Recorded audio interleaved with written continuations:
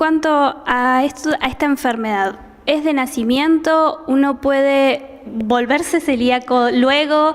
¿Cómo es? Las personas celíacas tenemos una predisposición genética. Hay un gen que dice que en algún momento de la vida podemos empezar a manifestar los síntomas. Entonces, uno ya nace con esa predisposición.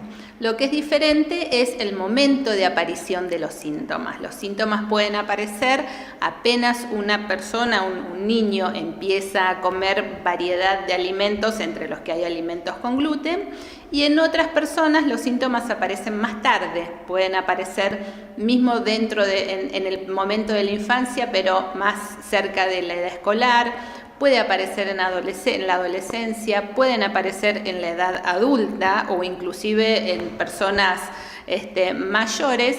Pero en las personas mayores o en los adultos, en general, cuando uno empieza a interrogar y a charlar un poquito, ve que en algún momento de la vida hubo ya algunos síntomas que quizás no fueron tan fuertes, tan importantes, y no se le dio, digamos, la importancia como para pensar que por ahí podía ser una enfermedad celíaca.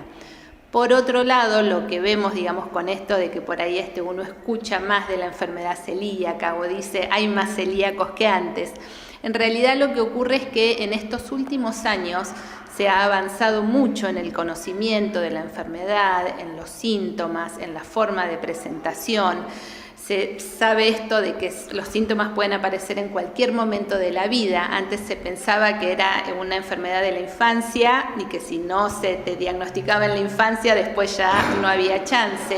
Entonces, esto, digamos, es lo que hace que hoy uno escuche que hay más celíacos o que hay más diagnóstico. Se han mejorado también los métodos de diagnóstico, entonces todo eso ha sumado mucho y es muy importante, digamos, todos estos avances y que cuando hay enfermedad celíaca esté diagnosticada, porque una persona celíaca que no está diagnosticada pasa toda su vida con diferentes problemas de salud de mayor o menor intensidad, pero que pueden, digamos, llegar a, en un momento cuando no hay un diagnóstico oportuno o precoz, transformarse en un problema de salud un poco más serio.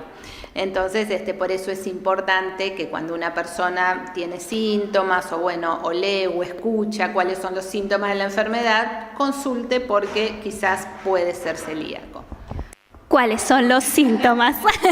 Los síntomas más habituales son los síntomas digestivos, porque estamos hablando de una alteración que se produce, que se localiza en el intestino. Entonces, lo más habitual es diarrea, inflamación, dolor de panza, cólicos.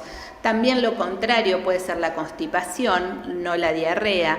En los chicos lo que se ve es una alteración del crecimiento, se detiene su curva de crecimiento en peso o en altura, por ahí no tienen los síntomas digestivos, pero se altera el crecimiento y se van quedando petizos.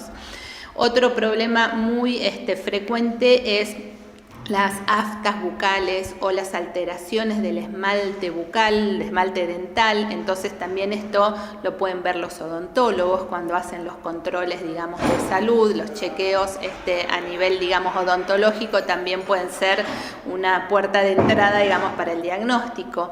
Después, por esta alteración intestinal hay malabsorción de nutrientes, entonces un síntoma puede ser la anemia, ¿sí? Las anemias que por ahí no mejoran cuando les dan hierro o ácido fólico, que es el tratamiento clásico.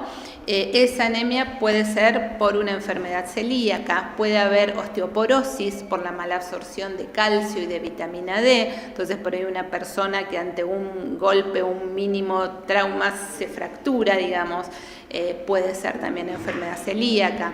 Las mujeres pueden tener infertilidad, pueden hacer abortos espontáneos.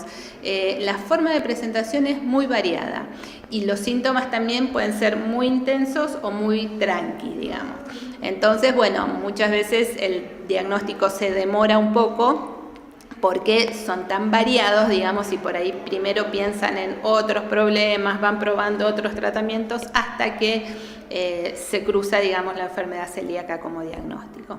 Llegar al diagnóstico es simple, no es difícil, se puede, digamos, como aproximar con un análisis de sangre en el cual se hace un dosaje de anticuerpos específicos, digamos, son específicos para la enfermedad celíaca, y si estos anticuerpos dan alto, después se hace una biopsia de intestino que se hace con una endoscopía, que también es un estudio, digamos, que no es tan complicado, digamos, y que está accesible tanto en lo público como en lo privado, digamos, ¿no? Entonces no es difícil llegar al diagnóstico.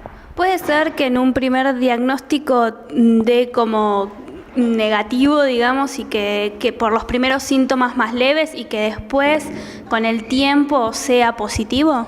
Sí, porque el proceso de la inflamación, digamos, y del deterioro intestinal es progresivo. Entonces, por ahí una persona puede empezar a tener los síntomas, todo el malestar, y que la alteración en el intestino se vea un poco después. Entonces, cuando una persona tiene síntomas y el médico lo piensa como diagnóstico, hace los análisis y quizás los análisis le dan negativos, pero el hecho de que en ese momento den negativo no descarta totalmente la enfermedad. Entonces el médico ahí tiene que seguir buscando.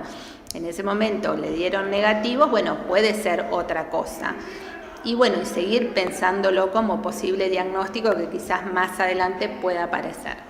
También está, digamos, la posibilidad de que sea una intolerancia al gluten no celíaca. Hay personas que tienen los síntomas, que se hacen los estudios y les dan negativo, pero que por ahí las personas asocian mucho su malestar a cuando comen cosas con harina, pastas, panes, galletitas, lo tradicional que contiene harina.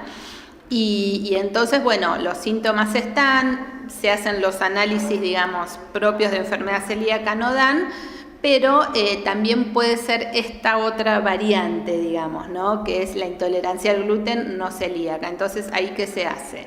Los análisis no dan, el médico por ahí busca otras patologías, no son. Bueno, se prueba con la dieta sin gluten y si el paciente mejora, queda diagnosticado, digamos, como intolerante al gluten y el tratamiento es el mismo, digamos, a los fines prácticos, digamos, es el mismo tratamiento que la enfermedad celíaca, la dieta sin gluten.